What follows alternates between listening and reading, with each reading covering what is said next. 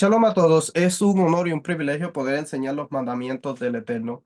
En esta semana estamos cubriendo los mandamientos de la porción Tetzaveh. Esta porción contiene 7 mandamientos, 4 performativos y 3 prohibitivos. Los mandamientos de esta porción tienen que ver con el mandamiento, con el templo. Entonces, la jurisdicción de ellos está basado en los espacios sagrados.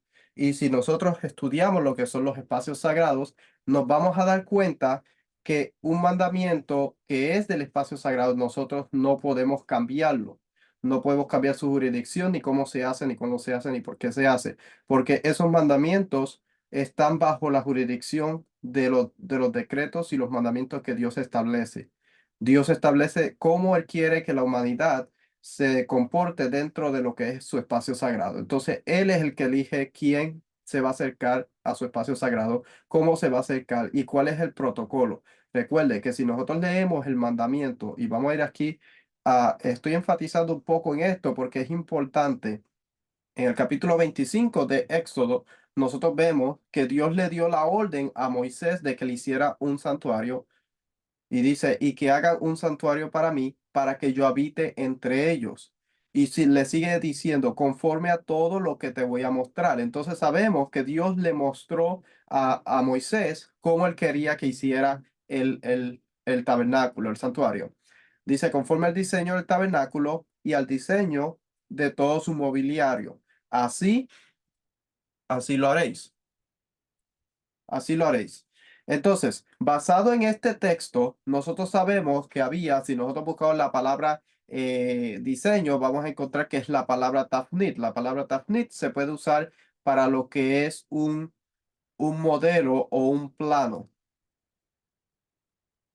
Lo que es un modelo o un plano, dice una imagen, una forma, un plano, un dibujo, figuras, diseño, una réplica semejante. Entonces, estamos viendo que Dios le dio el mandamiento a Moisés de cómo se debía hacer y todos los protocolos de cómo se debía ordenar todos los servicios y todas esas cosas. La porción de esta semana empieza con el mandamiento número 98, que habla sobre encender las lámparas para siempre. Está hablando de la menora. Para poder entender un poco este mandamiento, tenemos que entender lo que es el servicio del templo, cómo se hacía el servicio diario, el tamid.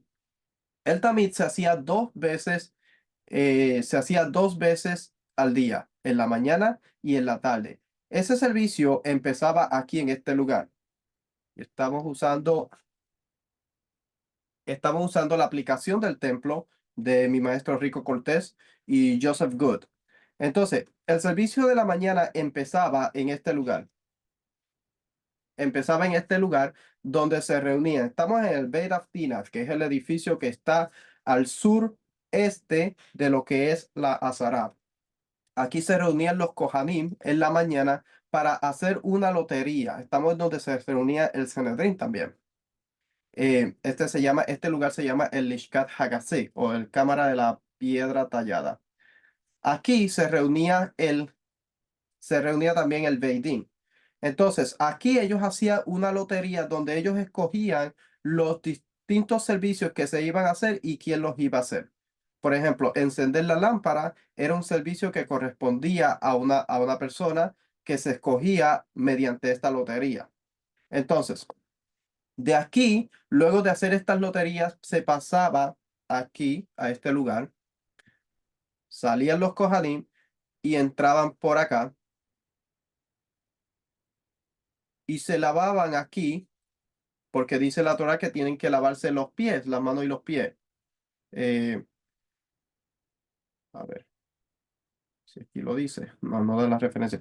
Pero tenían que lavarse las manos y los pies tenían antes de poder entrar a lo que es la Azara. Entonces, luego ellos seguían por acá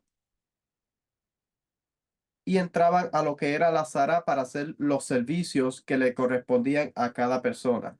Recuerde que los servicios era solamente las personas que iban a hacer el servicio en ese día podían estar en lo que es la Azara, en este espacio.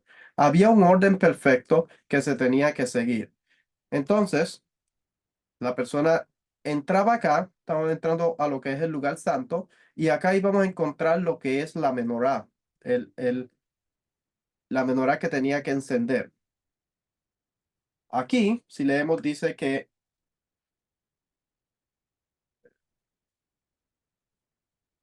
se colocaba una piedra, está hablando de esto acá abajo, esto lo encontramos en el Hot Beit HaBejería.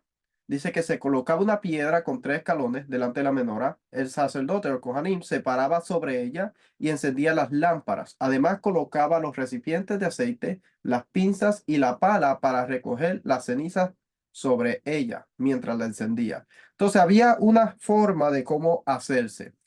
Ese mandamiento, el mandamiento número 98, dice que se debe hacer que la lámpara arda para siempre. Dice, es un mandamiento para los Kohanim encender el menorá en el Beit Hamidash todas las noches. Esta misma o este mandamiento también incluía desechar las mechas viejas, quitar las cenizas, limpiar las tazas de aceite y volver a llenarlas con suficiente aceite para arder durante la noche. La lámpara occidental, la segunda, desde el lado este de la menora, tenía que arder continuamente día y noche. Si se apaga, hay que reencenderla inmediatamente. Si durante la noche una de las luces de la menora se apaga, el Cohen la volvía a encender con una de las otras lámparas. Sin embargo, si la lámpara occidental se apagaba, la revivaría con fuego del altar exterior. La menora estaba situada en el lado sur del Beit HaMikdash, o el Joel Moed, mientras que la mesa de oro con los panes de la preposición estaba en el lado norte. Entonces, si nosotros vemos acá en la aplicación del templo, estamos viendo que acá está la menora, para allá está el lugar santo, el perdón, santísimo, acá está la mesa de los panes y para acá estamos viendo que está, para acá está, vamos a encontrar lo que es el altar exterior. Entonces, ¿cómo se hacía? Había forma de cómo hacerse. Estamos leyendo aquí, estamos usando lo que es el Abodá Korbanot, el libro que le enseñé ahorita.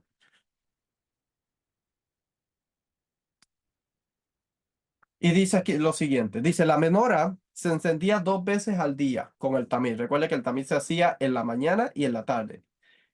Y la segunda con el tamil de la tarde. Esta boda o este servicio incluye tanto limpiar las lámparas de la menora como encenderlas. Si podemos hacer esto un poquito más chiquito. Ok, aquí está, listo. Ok, como encenderlas cuando sea necesario. El mismo Cohen haría ambas cosas.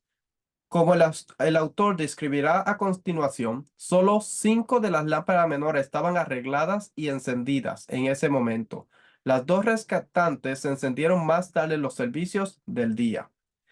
Después de que el Cohen hubiera completado la cerijá de la sangre, o sea, lo que es echar la sangre en el altar exterior del Tamid, el Cohen que había ganado el derecho de limpiar la ceniza de la menora se acercaría para cumplir el mandamiento de encender las lámparas, que está escrito en el verso de Éxodo 27-21. Aarón y sus hijos la dispondrán desde la tarde hasta la mañana delante de Hashem, un decreto que es eterno para sus generaciones de los hijos de Israel. Y así es como se encendía las lámparas. El Cohen ascendía a la plataforma de piedra que estaba delante de la menora. Estamos hablando de la piedra que le enseñé ahorita. Vamos a ir acá. Estamos utilizando la aplicación del templo, que es una aplicación muy buena porque nos ilustra las cosas como estaban. Se ascendía el Cohen por acá. Esta menora era alta.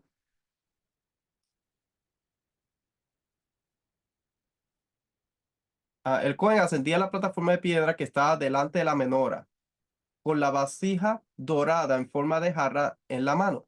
Preparaba y encendía 5 de las lámparas. Así los preparaba. Con unas pequeñas pinzas quitaba la mecha vieja de cualquier lámpara que se hubiera apagado y quitaba el aceite sobrante.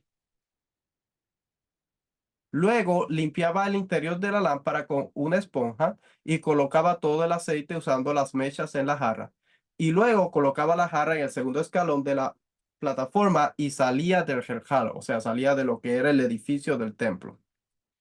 Dice, después de haber limpiado las lámparas que se había apagado, El Cohen colocaría una nueva mecha y aceite nuevo dentro de cada lámpara usando la medida de medio log, como dice Éxodo 27:21. Desde la tarde hasta la mañana, es decir, poner dentro de ella la medida correcta de aceite para que arda desde la tarde hasta la mañana. Encendía cada lámpara de su lámpara vecina que todavía estaba encendida y formaba en que las encendía, la forma en la que encendía era la siguiente. El Cohen usaría pinzas doradas para tirar de la mecha de la lámpara apagada hasta que su punta llegaba a la lámpara adyacente que todavía estaba encendida.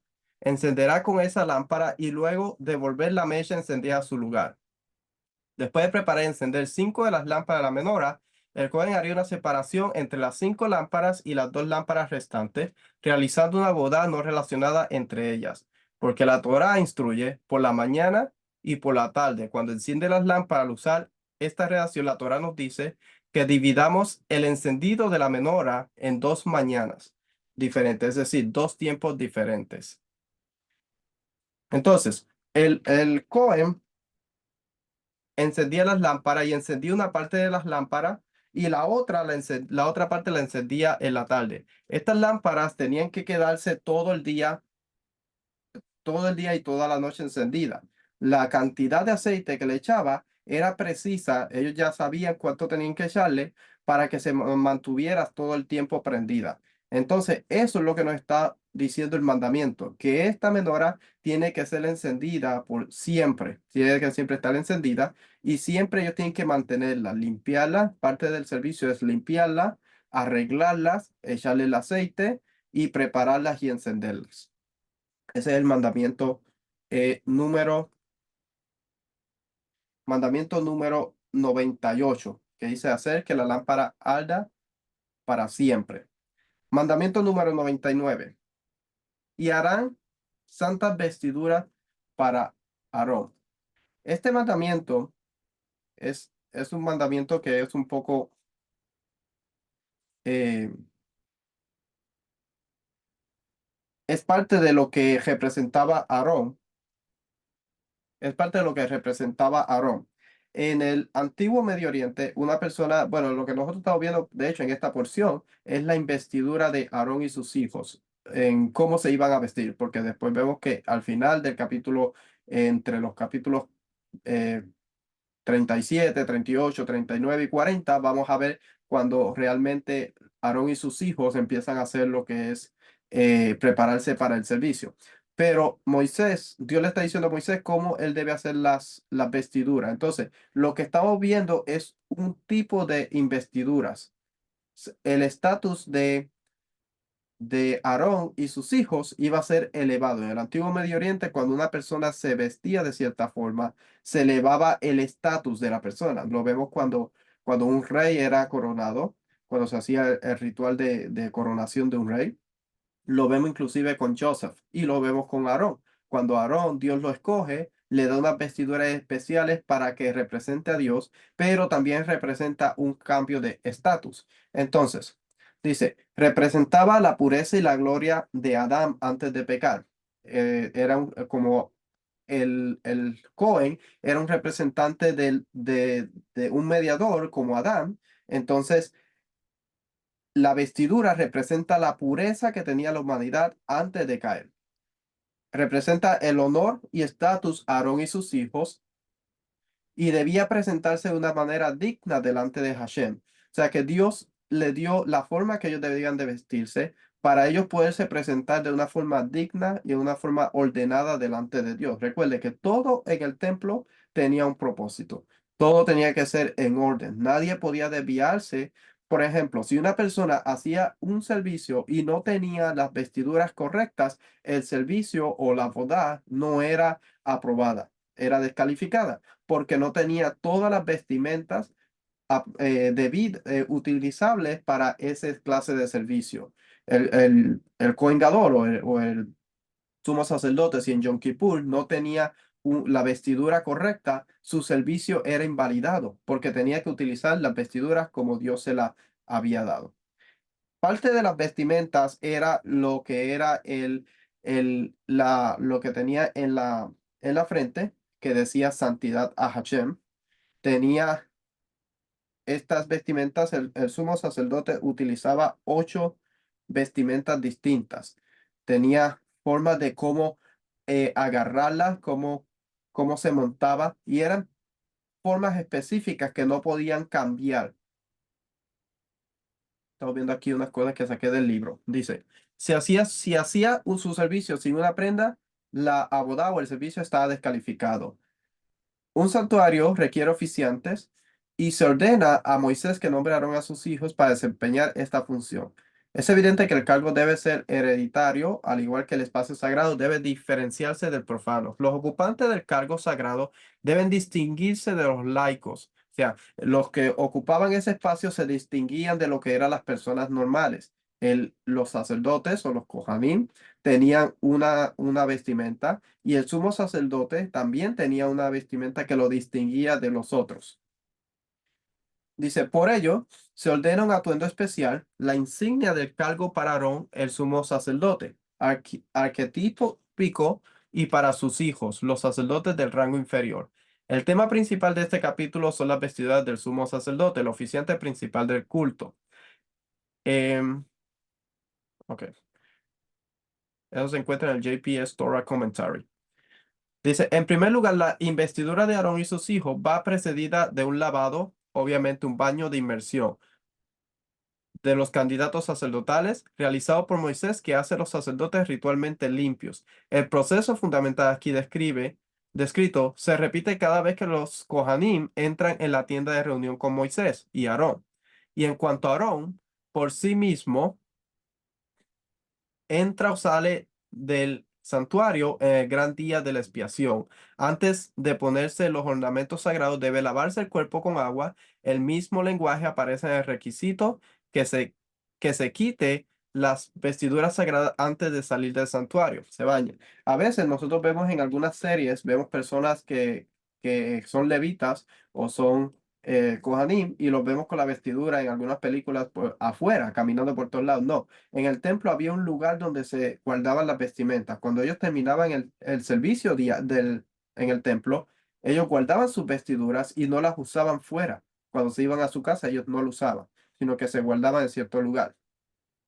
Eh, ok, vamos para acá. Dice, aquellos Kohanim que eran aptos para la boda del día que deseaba ser incluido en la lotería sorteada para decidir quién realizara los terumas Hadeshem del mixbeh exterior, o sea, la boda afuera, se levantaría antes de que el administrador a cargo de las loterías llegaría. O sea que en la mañana temprano, antes de que el administrador llegara a donde estaban los Kohanim durmiendo, ellos tenían que hacer un baño ritual, tenían que ir, habían baños subterráneos, mikveh, donde ellos hacían inmersiones rituales y se preparaban para el servicio del día. Entonces, después de ellos haberse lavado ritualmente, dice, cada uno se sumergía en la mikveh, se secaría y luego se ponía 4 vestiduras sacerdotales adecuadas para Terumá Hadeshem, como está escrito. El Cohen se vestirá con su túnica de lino y calzones de lino, pondrá sobre su carne, él separará alguna de la ceniza.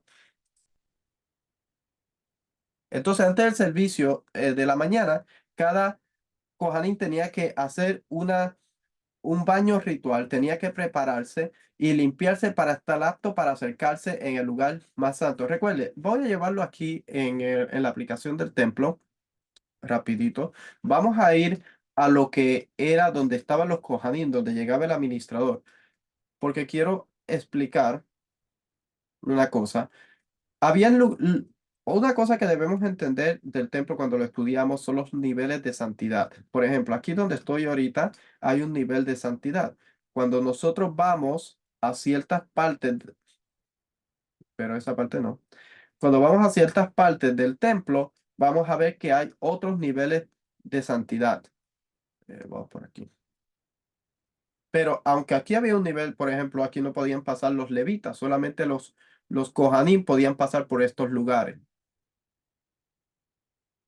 Si vamos aquí, estamos caminando hacia lo que es el oeste. vamos a encontrar aquí lo que es el Bet HaMoked.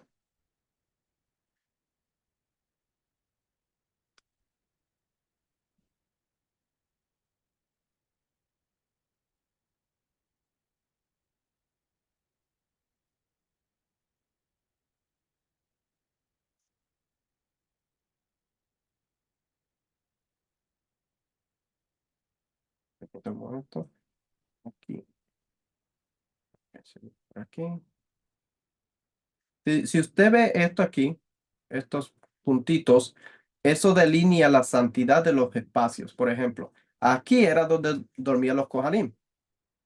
Este era el lugar donde ellos dormían, donde el administrador venía a buscarlo. Entonces, el nivel de santidad que hay en este cuarto no es el mismo nivel de santidad que vamos a encontrar cuando pasamos esta puerta, porque estamos viendo aquí el marcador, creo que se llamaba Pishpishim, este marcador que delineaba los espacios santos. Entonces, este espacio aquí tenía más santidad y no se podía, tenía que tratar con de una forma especial. Entonces,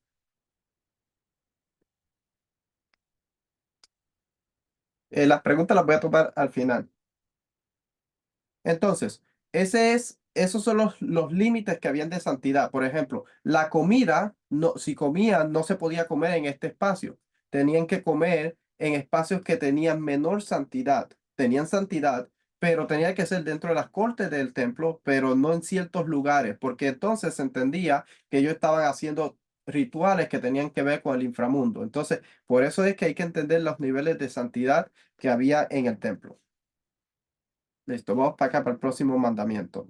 Pues ellos tenían que purificarse para ellos pasar de ese espacio de santidad para un nivel más elevado, aunque estaban en el templo, pero tenían que hacer ese tipo de transición. A ver una cosa, si puedo ir acá. Vamos a ver. Voy a ver si puedo ir acá a lo que es el...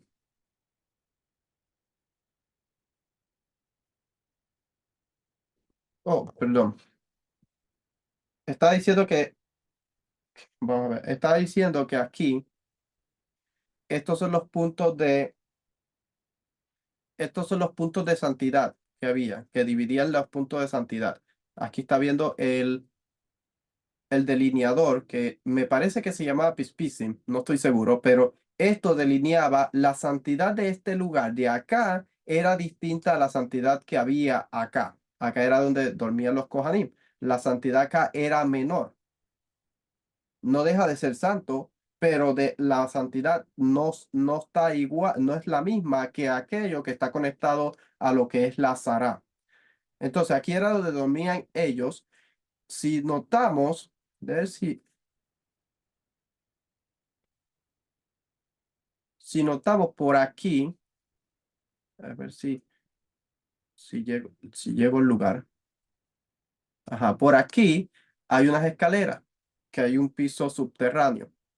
Aquí se llega a los túneles que hay debajo del templo. Entonces, ¿ve? Ajá, estamos en los túneles ahorita. Si caminamos por acá, vamos a encontrar lo que son los mikvaots, donde ellos hacían inmersión ritual. ¿Ve? Acá había lugares donde ellos tenían que hacer la inmersión ritual para prepararse para el servicio del día. También había estos túneles, también tenían salida hacia afuera, porque si un Cohen se había impurificado, de pronto tenía que salir del templo. No podía servir en el templo si había tenido alguna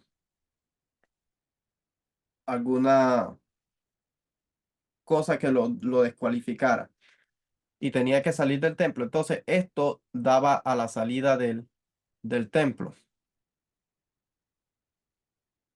A ver si recuerdo en dónde está la salida, porque tiene muchos, ¿ves? Acá salía por el Taddy Gate. Estamos ahora a la espalda de lo que es el templo. Por aquí salía el Cohen y se retiraba y se retiraba por ese día porque no podía oficiar porque se había impurificado. Ok, ese es el mandamiento. Tenían que hacer vestimentas para el Cohen que fueran dignas para el Cohen Gadol, el sumo sacerdote, y también para los hijos de Aarón, que fueran dignas, que representaran a Dios, que le diera gloria y esplendor. Entonces, eso no solamente traía gloria a Hashem, sino que también le traía estatus a lo que eran los Kohanim. Ese es el mandamiento 99. Vamos ahora al mandamiento 100. Dice, y la coraza no se soltará del delantal. Dice, está prohibido desatar la cuerda que también estaba atado al efod, que mantenía la coraza en su lugar contra el pecho del Cohen Gadol durante el tiempo que estaba realizando sus servicios. Las leyes. Para que la coraza no se balanceara hacia adelante, se ató un hilo de lana azul o un tejelet a los dos anillos en las esquinas inferiores de la coraza. Estas cuerdas se pasaron luego a través de los anillos en el cinturón del efod y se ataron a estos anillos. Por lo tanto, se sujetaron la esquina inferior del pectoral para que no se moviera de su lugar apropiado. Ok, ¿qué estamos hablando? Vamos a ver aquí que tenemos algunas gráficas. Ok. Estamos viendo lo que es el pectoral. Dice aquí, el efod tenía dos correas para los hombros unidos a la parte superior. Estamos hablando de esto. Esto era lo que iba por la parte de atrás del Kohanim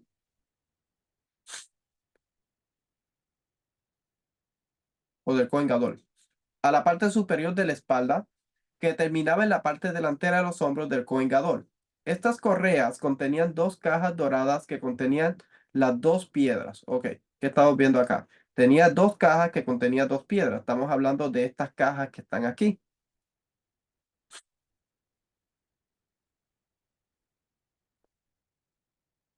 Y dice, de Shoshan, sobre las que se escribían los nombres de las tribus de Israel. El chosen que descansaba en el pecho del Cohen, estamos hablando de esto, estaba suspendido de las correas de los hombros del efod por dos cadenas doradas. Estas cadenas estaban unidas en un extremo a las cajas doradas de las correas. De los hombros del efod. Y en el otro extremo estaban enjembradas a través de dos anillos que estaban unidos a las dos esquinas superiores del elegido. A ver, entonces estamos hablando de que usaba esto por la parte de atrás y se ataba con lo que es lo que llevaba al frente el Kohen Gadol y se unía en unas correas que tenía por acá y está viendo aquí el tejelet que corría de atrás hacia el frente y se unía para mantenerlo en su lugar y que no se moviera.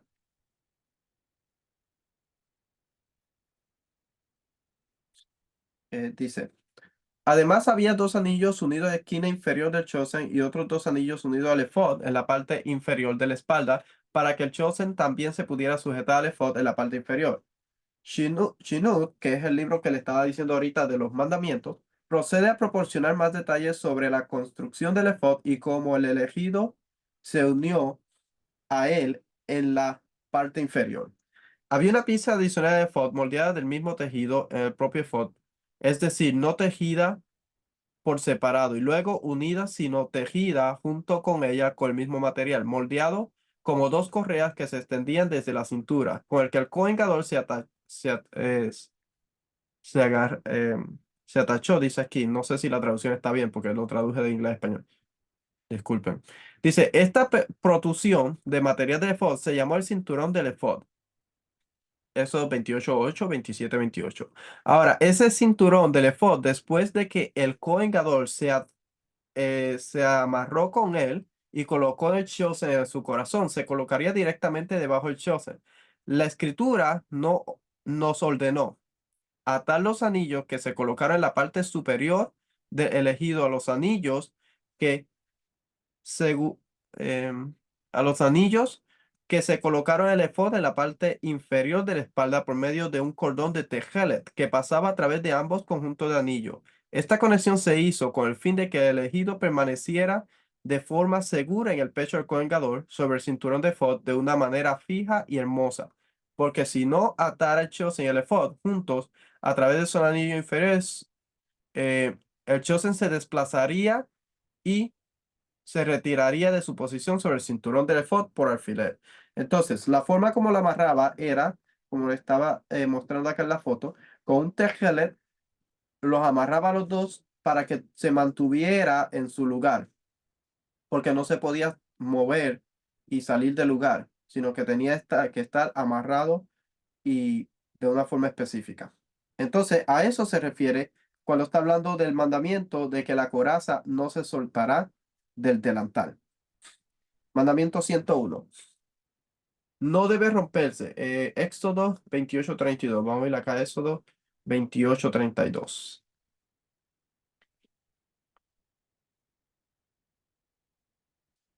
Vamos a ver. Y habrá una abertura en medio de su parte superior. Alrededor de la abertura habrá una orla tejida como la abertura de una cota de malla para que no se rompa. Entonces está hablando de lo que iba en el cuello del Cohen. Eh, Dice la parte del cuello. Y esto tenía que ver con lo que era eh, el inframundo, porque nada que estuviera en el templo se podía romper, no se podía rasgar la ropa, porque rasgar la ropa tenía que ver con luto.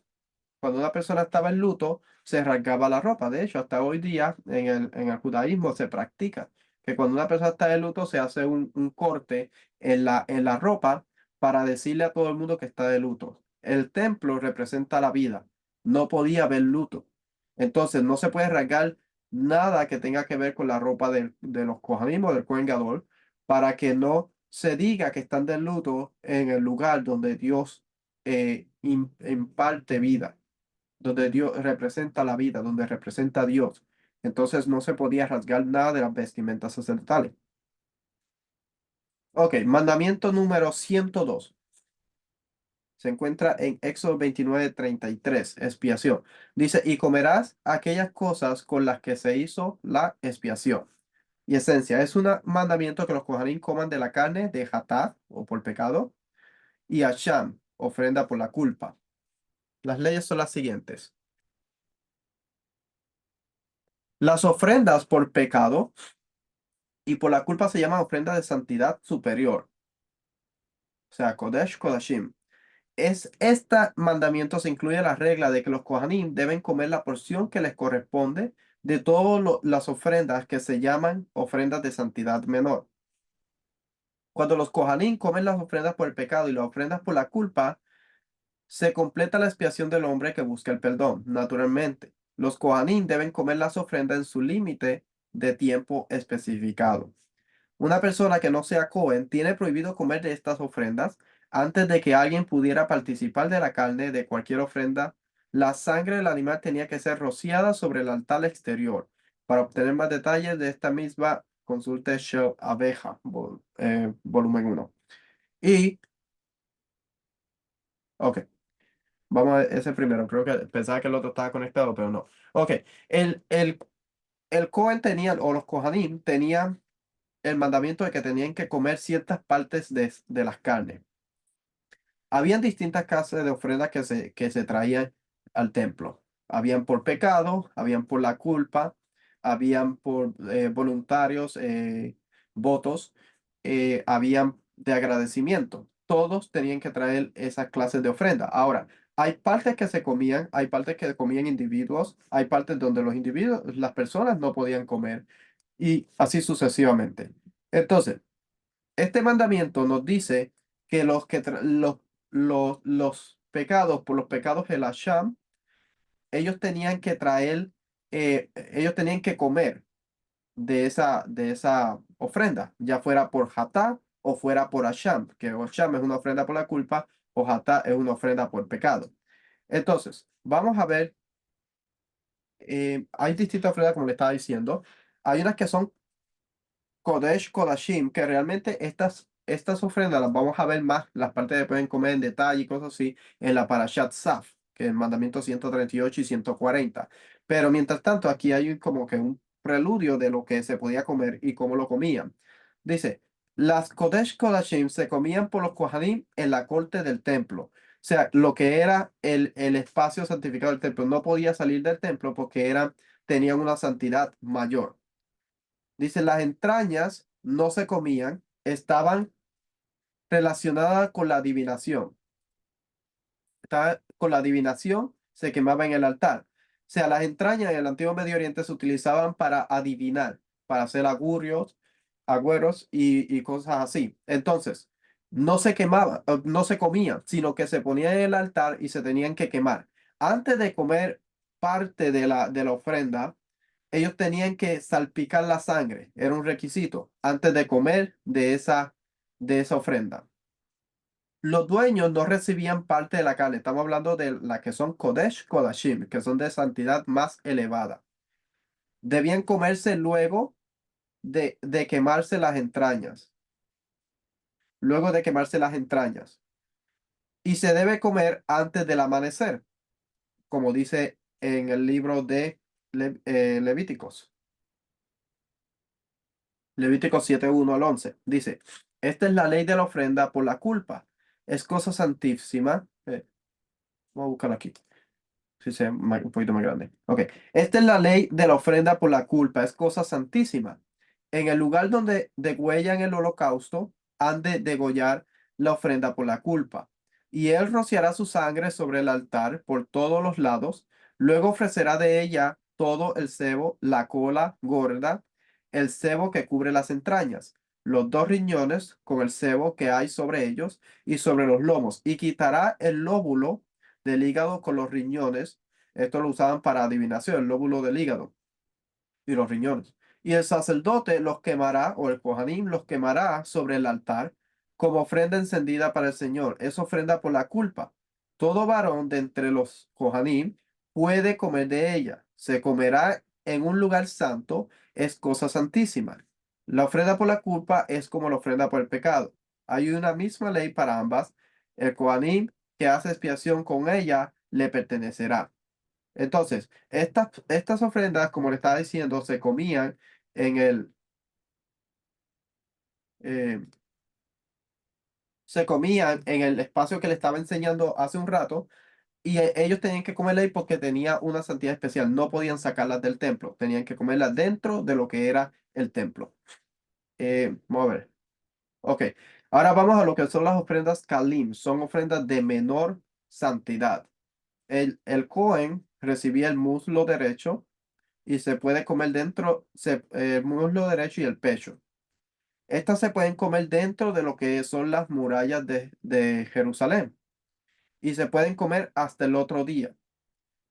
Pero, como dice en Éxodo, pero en Levítico 7:16, dice, pero si el sacrificio o la ofrenda de su ofrenda es por un voto o una ofrenda voluntaria, se comerá en el día que ofrezca la ofrenda. Y el día siguiente se podrá comer con lo que quedó, pero lo que queda de la carne de la ofrenda será quemado en el fuego al tercer día. O sea, que se podía comer hasta el otro día, el segundo día, el tercer día no se podía comer. Recuerde que si una persona, por ejemplo, comía esto al tercer día, esa ofrenda quedaba inválida, ya no era más válida, porque estaba rompiendo un mandamiento o una especificación de cómo se tenía que hacer las cosas para que fuera válida esa ofrenda. Acá hay otro que dice, esta es la ley del sacrificio de la ofrenda de paz, que será ofrecido al Señor si lo ofrece en acción de gracia. Entonces, juntamente con la ofrenda de acción de gracia, ofrecerá tortas sin levadura amasada con aceite y hojaldras sin levadura, untados con aceite, y tortas de flor de harina bien mezcladas, amasadas con aceite. Con la ofrenda de sus ofrendas de paz, en acción de gracias, presentará su ofrenda con tortas de pan leudado. Y de ello presentará una parte de cada ofrenda como contribución. Al Señor será para el sacerdote o Kohanim que rocía la sangre de la ofrenda de paz. En cuanto a la carne del sacrificio o de la ofrenda de paz, en acción de gracias se comerá el día que la ofrezcas, no dejará nada hasta la mañana siguiente. Estamos hablando de lo que es una ofrenda shelamim. De hecho, la ofrenda de Pesaj es una ofrenda shelamim. Por eso es que no se deja hasta la siguiente mañana, sino que se come esa noche y todo lo que quede eh, tiene que ser quemado, porque esa es la noche que se come. No se puede dejar hasta el otro día. Y esos son lo que son lo que habla sobre el mandamiento de aquellas cosas con las que se hizo y comerá aquellas cosas con las que se hizo la expiación. Recuerden que está hablando del pecado de Hacham, o por la culpa o por pecado. Y pues no está hablando de todas las otras, pero más tarde cuando lleguemos a lo que son todas las ofrendas en el libro de Levíticos, pues vamos a hablar un poco más en detalle de cada una de ellas, especialmente la porción Saf. Mandamiento 103 performativo. Si se da cuenta, todos estos mandamientos tienen que ver con lo que es el Beit HaMikdash. Para el Cohen, para el Beit HaMikdash, para el Cohen, oh, perdón, déjeme compartir pantalla. Para el Cohen, el primero, el Beit HaMikdash. El segundo es para el Cohen en el Beit HaMikdash. El tercero es para el Beit HaMikdash y trata sobre la coraza no se soltará el delantal, tiene que ver con para el Cohen. Eh, Lo que no debe romperse, el Beit HaMikdash con el Cohen, y el mandamiento de la expiación de lo que debe comer el Cohen de los pecados, por los pecados Asham o por Hatat, es para los Cohen en el Beit HaMikdash. El mandamiento y Aarón quemará en el altar de oro incienso de especias cada mañana, que es el que vamos ahora, es para el Cohen en el Beit HaMikdash. Y el otro, vamos a leerlo juntos porque tiene que ver, es una prohibición y es para el Cohen en el Beit HaMikdash. Entonces, este dice, y Aarón quemará en el altar de oro incienso de especias cada mañana. El altar de oro se encuentra en el lugar santo. Vamos a ver. Le voy a enseñar en dónde está eso. Vamos a ir acá. Aquí está, se encuentra lo que es el altar de oro. Aquí se ofrecía se hacía lo que era el incienso todos los días, en la mañana y en la tarde, durante el servicio de Tamid. También se salpicaba sangre o se rociaba sangre 7 veces bueno, había una forma específica, 7 veces, pero había una forma específica de cómo se hacía. Durante lo que era Yom Kippur, era la única vez que se rociaba sangre sobre este altar de oro. Entonces, dice aquí, oh, perdón, no estoy compartiendo pantalla. Aquí está el lugar santo, estamos aquí. Y aquí era donde estaba el altar de oro, que solamente se hacía el incienso diario y solamente en Yom Kippur se aplicaba lo que era la sangre. Entonces el mandamiento dice de esta forma. Es un mandamiento para Juanín quemar incienso de especie 2 veces al día en el altar dorado. La ofrenda de incienso está compuesta por 11 ingredientes. El incienso diario consistía de una determinada medida de 100 dinars, la mitad de la cual se quemaba por la mañana, en el momento en el que Cohen limpiaba eh, las lámparas de la menora, que estaba encendida toda la noche, y la otra mitad por la tarde, o sea, 50 dinars se daban en la mañana y 50 dinars en la tarde, que era 100 dinars es un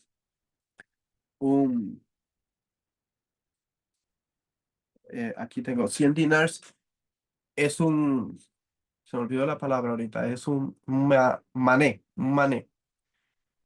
Dinar es un maner. Y dice, durante la quema del incienso, el área del Jejal fue despejada de todas las personas excepto el Cohen que cumplía la misma. O sea que nadie podía estar en el Jejal adentro mientras que se hacía la quema mientras él quemaba el incienso.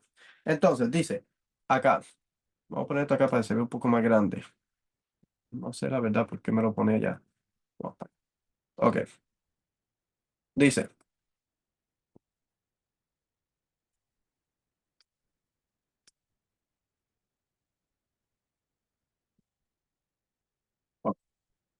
Dice, el servicio de Tamid.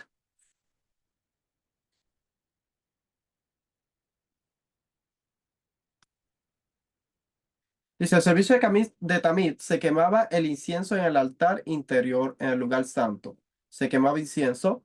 En Yom Hakippurim se rociaba la sangre. Diario se ofrecía 100 dinars, también conocido como un mané. La mitad, es decir, 50 dinars se ofrecía en la mañana y la misma cantidad en la tarde. Un dinar era una moneda de plata que pesaba alrededor de 5 gramos.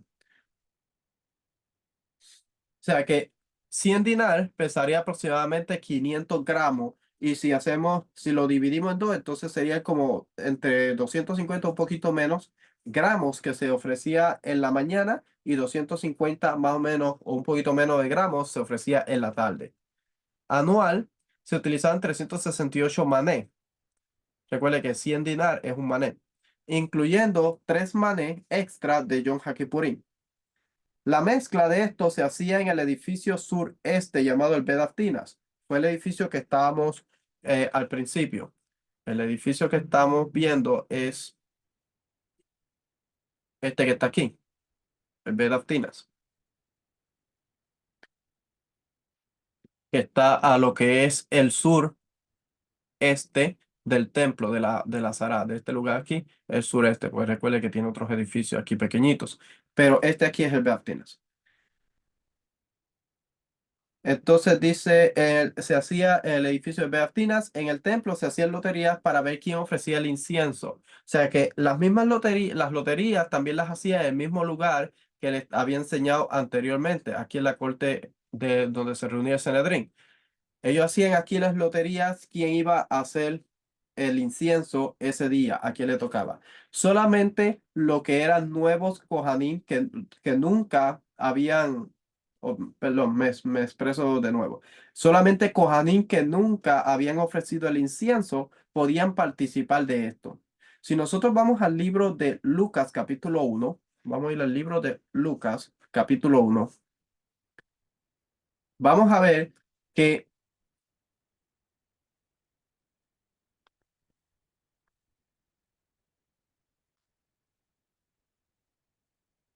Lucas capítulo 1. Vamos a ver qué dice aquí. Pero aconteció, vamos desde el 5. Hubo en los días de Herodes, rey de Judea, cierto sacerdote o Juanín llamado Zacarías, del grupo de Abías, que tenía por mujer una de las hijas de Aarón. De hecho, si nosotros estudiamos el grupo de Abías, cuando le tocaba, nosotros vamos a ver más o menos, podemos decir exactamente cuándo fue que nació Yeshua. Solamente podría discrepar por uno que otro día, pero exactamente vamos a ver cuándo fue que Yeshua nació, porque nosotros sabemos cuándo los grupos basados en David, cuando David lo organizó, lo que eran los Mishmarot y los Mahadot, nosotros podemos encontrar el grupo de Abías cuando le tocaba oficiar en el templo. Entonces de ahí contamos los meses y vamos a ver exactamente cuándo nació Yeshua. Dice que tenía por mujer una de las hijas de Aarón que se llamaba Elizabeth. Ambos eran justos delante de Dios y se conducían intachablemente en todos los mandamientos y preceptos del Señor.